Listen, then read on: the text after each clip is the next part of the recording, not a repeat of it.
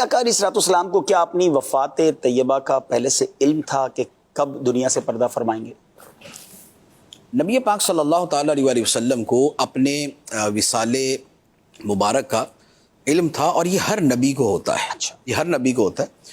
بخاری شریف کی حدیث مبارک ہے، نبی پاک صلی اللہ تعالیٰ علیہ وآلہ وسلم نے فرمایا کہ اللہ تعالیٰ کسی بھی نبی کو دنیا سے نہیں لے جاتا جب تک اسے جنت میں اس کا گھر نہیں دکھا دیتا۔ سبحان اللہ۔ تو لہٰذا ہر نبی کو اس کا دنیا کے اندر ہی، جو دنیا سے جانے سے پہلے جو جنت میں ان کا مقام ہے، گھر ہے، وہ دکھا دیا جاتا ہے۔ حضرت عائشہ صدیقہ نے فرمایا کہ نبی پاک صلی اللہ تعالیٰ علیہ وآلہ وسلم کے جب آخری لمحات تھے تو یہ حدیث حضرت عائشہ رضی اللہ تعالیٰ عنہا نے ہی سنی ہوئی تھی، یہ آپ ہی سے روایت ہے۔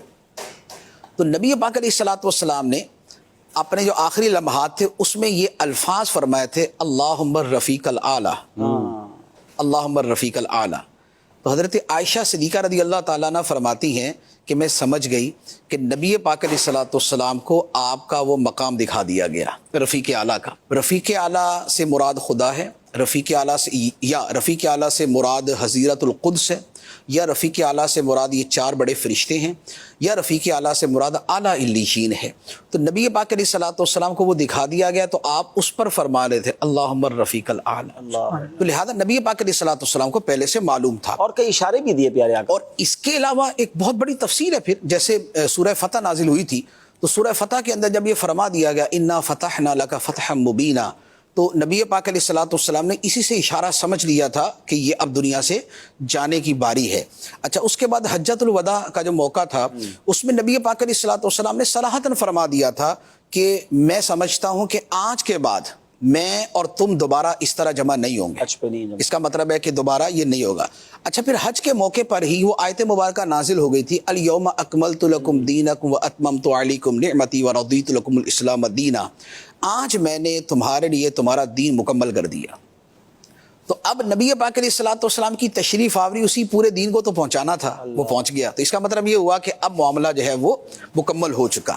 اچھا، پھر اسی طرح حضرت معاذ بن جبل رضی اللہ تعالیٰ عنہ کو نبی پاک علیہ الصلوۃ والسلام نے جب یمن روانہ کیا تھا، تو حضرت معاذ بن جبل جو ہے وہ اونٹ پر تھے، اور نبی پاک صلی اللہ تعالیٰ علیہ وآلہ وسلم ساتھ تشریف لے جا رہے تھے۔ انہوں نے عرض کی یا رسول اللہ میں نیچے، تو فرمایا نہیں تم اوپر رہو۔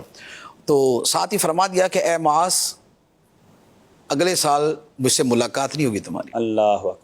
تو وہ رونے لگے، تو نبی پاک علیہ الصلوۃ والسلام پھر ذمہ داری کا فرما کے ان کو بھیج دیا۔ اسی طرح جب حضرت اسامہ بن زید رضی اللہ تعالیٰ عنہ کو لشکر دے کے بھیجا تھا، وہ تو تھوڑے ایام پہلے کی بات ہے، اس میں بھی نبی پاک علیہ الصلوۃ والسلام نے ان سے فرما دیا تھا کہ اے اسامہ ملاقات نہیں ہونی۔ اللہ۔ اچھا، اسی طرح نبی پاک علیہ الصلوۃ والسلام ایک مرتبہ احد شریف تشریف لے گئے تھے، ممبر لے کر وہاں پر آپ گئے تھے، تو وہاں سرکار علیہ الصلوۃ والسلام نے خطبہ ارشاد فرمایا تھا، واللہ ما اخاف علیکم ان تشرکوا بعدی، کہ اے صحابہ، مجھے یہ خدا کی قسم مجھے یہ ڈر نہیں ہے کہ میرے بعد میری امت شرک میں پڑ جائے گی، ہاں یہ ہے دنیا کی محبت میں پڑ جائے گی۔ ایک یہ بات فرمائی۔ دوسری بات فرمائی، واللہ لانی انظر الی حوض الان، خدا کی قسم میں اس وقت اپنے حوض کوثر کو دیکھ رہا ہوں۔ اور تیسری بات ارشاد فرمائی تھی، وَأَنَا فَرَطٌ لَكُمْ، میں تم سے پہلے آگے جا کے تمہارے لیے اسباب فراہم کرنے والا ہوں۔ مراد یہ کہ اب میں دنیا سے جا رہا ہوں اور میں تمہارے لیے آگے جا کے اسباب فراہم کروں گا۔ تو یہ حدیث مبارک بھی بخاری شریف کے اندر ہے۔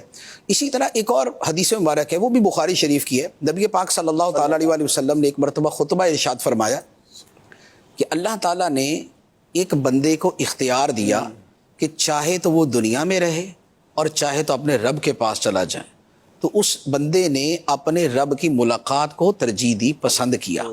تو صحابہ کرام یہ سن رہے تھے، اب صحابہ کرام تو خوش ہوئے کہ سبحان اللہ، کیا بھی اس بندے کی کیا شان ہے جس کو اللہ تعالیٰ یہ اختیار دیتا ہے۔ تو صدیق اکبر رضی اللہ تعالیٰ عنہ نے جیسے سنا تو رونے لگ گئے، اور روتے ہوئے نبی پاک علیہ السلام کی بات کے درمیان میں ہی انہوں نے کہے یا رسول اللہ، ہمارے ماں باپ آپ پہ قربان، اور یہ کہہ کے رونے لگے۔ تو صحابہ کرام کہتے ہیں کہ ہمیں بڑا تعجب ہوا کہ نبی پاک علیہ الصلوۃ والسلام کی بات کاٹنا یہ کسی صحابی کی جرت نہیں ہے، اور صدیق اکبر رضی اللہ تعالیٰ عنہ جیسے ادب اور تعظیم والے تو یہ سرکار اسلام کی بات کے دوران یکدم بول پڑے کہ یا رسول اللہ، آپ پہ ہمارے ماں باپ قربان، اور ساتھ رونے لگے۔ تو یہ شیخ بزرگ کو کیا ہوا، یہ کیوں رو رہے ہیں؟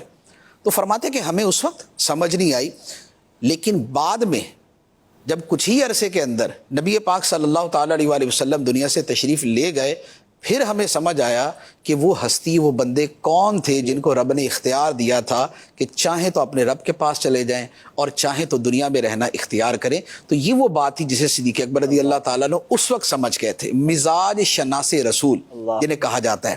تو یہ سارے کے سارے واقعات، پھر جس دن نبی پاک علیہ الصلوۃ والسلام کا وصال مبارک ہوا ہے، آپ نے اسی دن حضرت فاطمہ الزہرا رضی اللہ تعالیٰ عنہ سے فرمایا تھا، وہ بخاری شریف کی حدیث ہے کہ حضرت عائشہ رضی اللہ تعالیٰ عنہا نے پوچھا کہ اے فاطمہ ایک سوال کا جواب دو۔ کیا؟ کہا کہ جب نبی پاک علیہ الصلوۃ والسلام دنیا سے تشریف لے گئے تھے، اس دن سرکار نے تمہارے کان کے اندر، آپ کے کان میں کوئی بات کہی تھی تو آپ رونے لگ گئیں، پھر دوبارہ آپ کے کان میں پھر کوئی اور بات کہی تو آپ ہنسنے لگ گئیں، تو وہ باتیں کیا تھیں؟ حضرت فاطمہ رضی اللہ تعالیٰ عنہ نے جواب دیا کہ پہلے نبی پاک علیہ الصلوۃ والسلام نے مجھے یہ فرمایا کہ اے بیٹی اب میں دنیا سے جانے والا ہوں۔ تو یہ سن کر جو ہے نا میں رونے لگی کہ یہ کیا؟